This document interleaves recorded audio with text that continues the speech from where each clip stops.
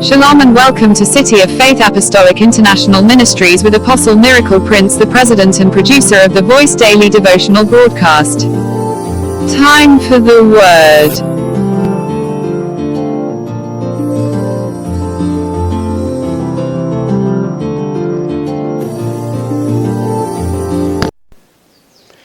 Vamwe vanhu kuzvikudza pavanoita muupenyu unobva watoona wega kuti dai vakanga vari ivo vaiveko munguva yaJona yaakamedzwa nehove akagara mudumbu rehove mazuva 3 nousiku 3 nekuzvikudza pavanoita vaitogona kuzama kutsvaga imwe minzi yokuti vangazvitora sei mafotos vari mudumbu rehove kuri kuda kungozoti vanhu vaprove kuti zveshuwa vakanga vari mudumbu rehove kwemazuva 3 nousiku 3. Haleluya. Saka unobva watoona wega kuti mweya wokuzvikudza we, nokuti kana ukaverenga bhuku yaJona chapter 4 kubva pavhesi 1 kusvika pavhesi 2 iyo yega inotokutaurira pachena kuti nerimwe ramazuva Jona pane paakada kuzvikudza pamberi paMwari, nokuti wakada kurongera Mwari zvinhu zvavakanga vasina kuplana ivo kuti vaite. Haleluya. Nokuti unototi kuna Mwari, sei vakaregerera guta reNinevhe nokuchimbidzika ndava iye waida kuti guta reNinevhe riparadzwe. Haleluya.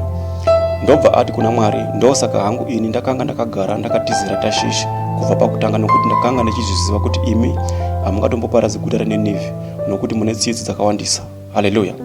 Say I love Jesus. Saka mweya wokuzvikudza wakanga uri pana Jona, mweya wokuzvikudza iwoyo. Haleluya. Kuti iwewo uri mwana uwanepo uchiudzira baba zvokuita. Haleluya. Zvinoitika izvozvo kuvana vemazuva ano vasina respect kuvakuru vavo. Unotowana mufana wechiduku waziro pano achitomhoresa munhu wechikuru paari nemasilengi evupenzi.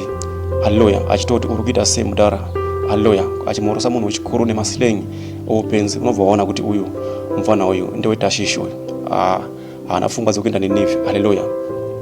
Kushaya tsika ikoko vazhinji vedu even nanhasi katsika ikako kachimo matiri wai ndava matiri hamuna chiedza chomweya mutsvene chinotivhenekera kuti tigoziva zvakanaka nezvakaipa, nokuti Jona wakatotiza akabuda muguta reNinevhe akandogara kurutivi rwamabvazuva akazvivakiramo musasa ikoko akagarako.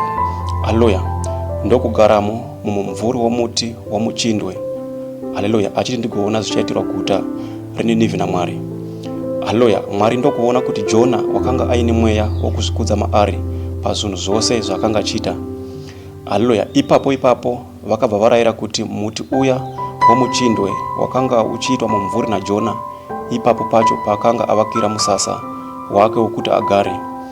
Haleluya. Kuti muti iwoyo womuchindwe ubve waoma. Haleluya. Ukatarisa yakanga yatova kesi imwe yechipiri kuna Jona. Haleluya. Tisikaverengi iya yekumbomedzwa nehove. Haleluya. Nokuti Mwari vakarayira gonye nenguva yemangwanani rikavuya rikamunya muti uya womuchindwe wakanga uchiitwa mumvuri naJona kuti uome, so that over a receive another case pamusoro peimwe. Haleluya. Zvakare Jona unoreceive another case nokuti zuva rakazoti richibuda after muti uya womuchindwe waoma, zuva rinoti richibuda mhepo inopisa yakabva mabvazuva, zuva parakabuda rikarova musoro waJona akawira pasi ndobva aziya. Haleluya. Saka mukoma wangu kana sisi chenjerai nekuzvikudza pamuri kuita mukati muupenyu hwenyu, muchidadira vamwe muupenyu sezvamuri kuita izvozvo. Haleluya. Munotizirwa manje apo marohwa nemhepo inobva pamabvazuva. Haleluya. Zuva parichabuda, nokuti even Bible shoko raMwari rinotodzidzisa kuti hatifaniri kuzvirumbidza nezuva ramangwana, nokuti hatizive kuti rinofuma rakatirongerei zuva iroro. Haleluya. Kana mukadaro sisi vangu kana mukoma munozoonekwa munyara kudzokera kuvanhu hamakanga muchiona sokuti havana basa mukati muupenyu hwenyu. Saka dzidza kuda munhu wese mukati muupenyu hwako, dzidza kuita zvakanaka kuvanhu vese, ndava hauzivi kuti mangwana zuva iroro rinomuka rakamira sei ukazonyara kudzokera kuvanhu wavaiona sokuti havana basa mukati muupenyu hwako. Haleluya. Thank you for listening to today's daily devotional broadcast audio. We encourage you to share this audio with friends and contacts. Also, don't forget to let people know about Apostle Miracle Prince. You can download our daily devotional broadcast audio on YouTube, or you can contact us by this number +27619164897. Shalom. Let's touch lives together. To God be the glory.